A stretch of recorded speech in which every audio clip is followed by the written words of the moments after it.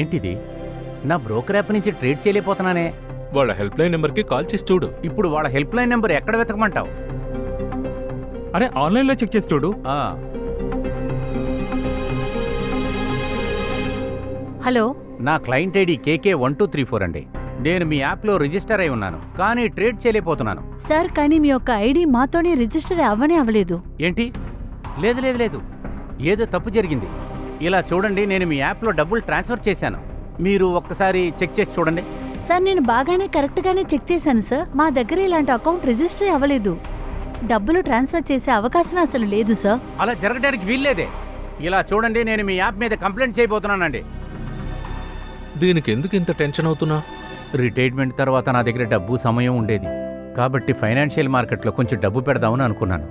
అందుకే ఈ బ్రోకర్ దగ్గర ఒక అకౌంట్ ఓపెన్ చేశాను. కానీ ఇప్పుడేంటంటే, ఇప్పుడు నా ట్రేడింగ్ అకౌంట్ వాళ్ళ దగ్గర రిజిస్టర్ అవ్వలేదని, నా డబ్బు రాలేదంటున్నారు. ఆ యాప్ చూపించు.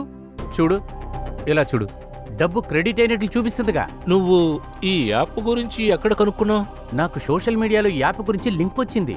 దాన్ని క్లిక్ చేసి డౌన్లోడ్ చేసిన తర్వాత నా KYC డాక్యుమెంట్స్, బ్యాంక్ డీటెయిల్స్ మొత్తం అప్లోడ్ చేశాను. తర్వాత నా డబ్బు ట్రాన్స్ఫర్ చేశాను. నువ్వు క్లిక్ చేసిన ఆ లింక్ చూపించు. ఇలా చూడు. ఇది ఫిషింగ్ లింక్లా ఉంది. నేనే టెన్షన్ పడుతున్నాను. మీరేంటి ఎగతాళి చేస్తున్నారా? ఫిషింగ్ లింక్ అంట. నేను ఇక్కడ ఏమైనా చేపలు పడుతూ కూర్చున్నానా? నువ్వు కాదు, నువ్వెవరి వల్ల పడ్డావో వాళ్ళందరే అసలైన మోసగాళ్ళు. అలాంటప్పుడు ఇలాంటి లింక్స్ అన్నిటిని ఫిషింగ్ లింక్స్ అంటారు.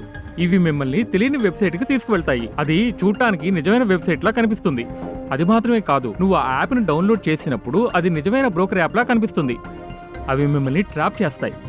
అలా అయితే ఏది కరెక్ట్ అయిన యాపో, ఏ వెబ్సైటో మనం దాన్ని ఎలా కనుక్కుంటామో చెప్పండి. ఆ మెసేజ్ల్ని, ఆ లింక్స్ని మనం ఎప్పుడూ చెక్ చేయాలి.